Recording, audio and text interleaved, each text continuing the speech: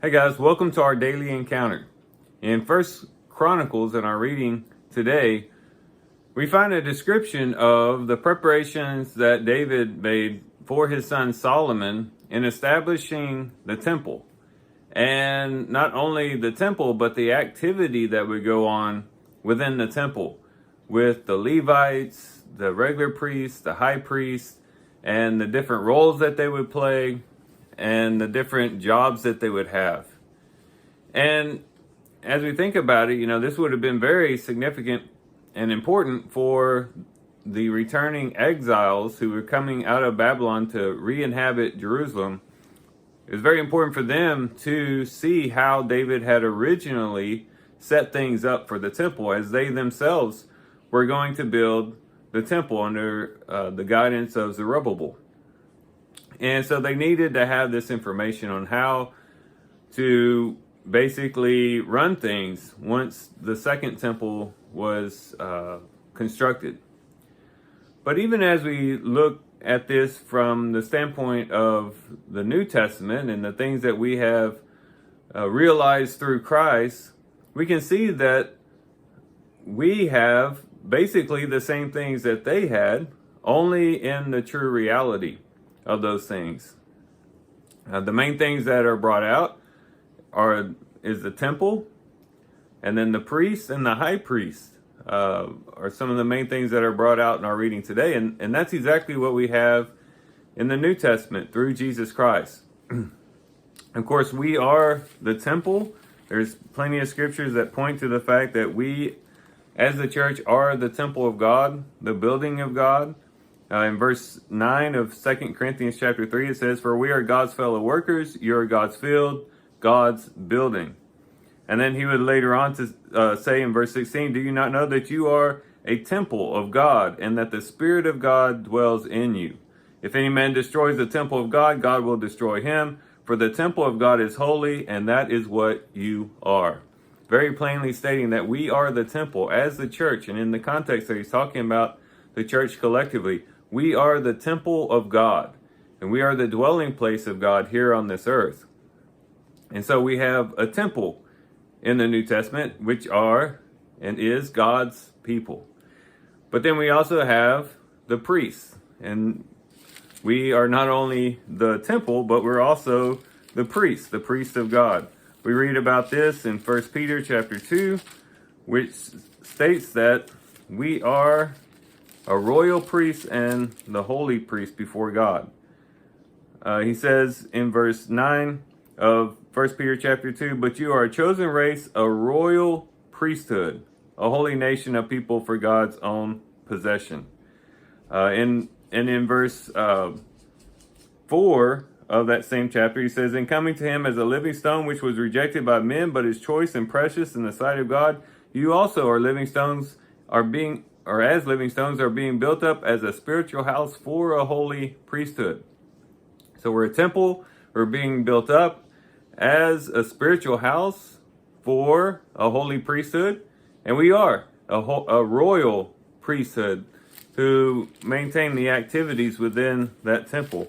We could also refer to the book of Revelations, which says in verse 6, "And he has made us to be a kingdom, priests to his God and Father." So we are the temple, we are also the priesthood, and we serve the high priest, Jesus Christ himself. In Hebrews chapter 4, we see in verse 14, it says, "Therefore, since we have a great high priest who has passed through the heavens, Jesus, the Son of God, let us hold fast our confession." So there, and it runs through this whole section of Hebrews from chapter 3 on through, at least through chapter 7, where there's this emphasis on Christ as being the new high priest according to the order of Melchizedek. And we serve him as the high priest, or he is the high priest whom we serve. And we are busy about the activities of the temple, which we are the temple. And so there's this continuation of really what they had under David, only now we have it in true form. And we are the true reality of these things. And so these are things that are very important for us to remember. In chapter 12 of Hebrews, it says this.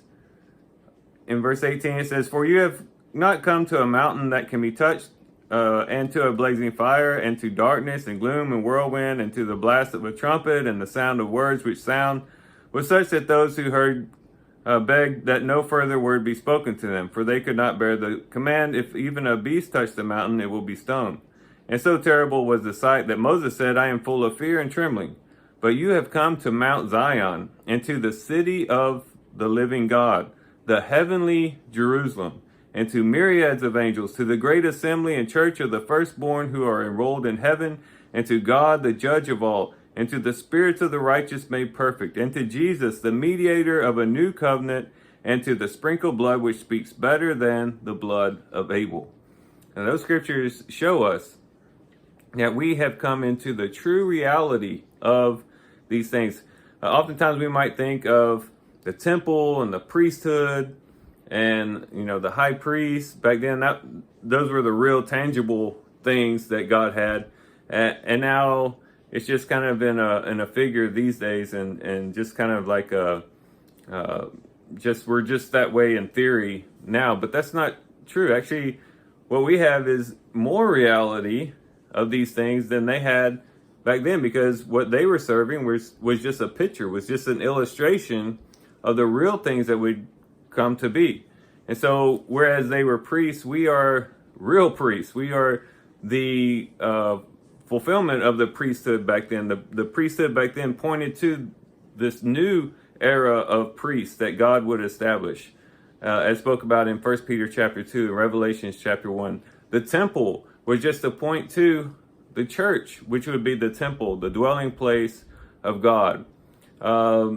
The high priests back then were merely figures and illustrations of Christ, who would be the true high priest whom we serve, and the one who mediates for us in heaven.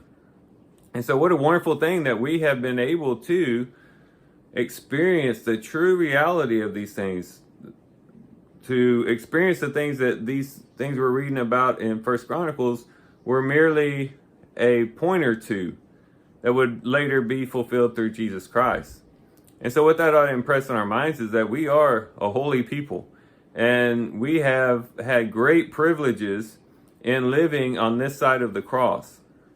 And that should motivate us to want to be busy about the work of the Lord, to be busy about doing the service of the Lord that we've been called to do, and to really live out our confession, live out our profession, and do the things that God has called us to do, and to really see ourselves as the people who are holy unto God, set apart unto God, chosen by God, His own possession, His peculiar people, set apart for the Lord and for the purposes of the Lord. And hopefully today, as we do our reading, we'll really have that impressed on our hearts so that it can affect our living and cause us to live in a way that honors God. So with that, guys, I do thank you for watching the video today. Hope you guys have a great day. Love you guys. God bless.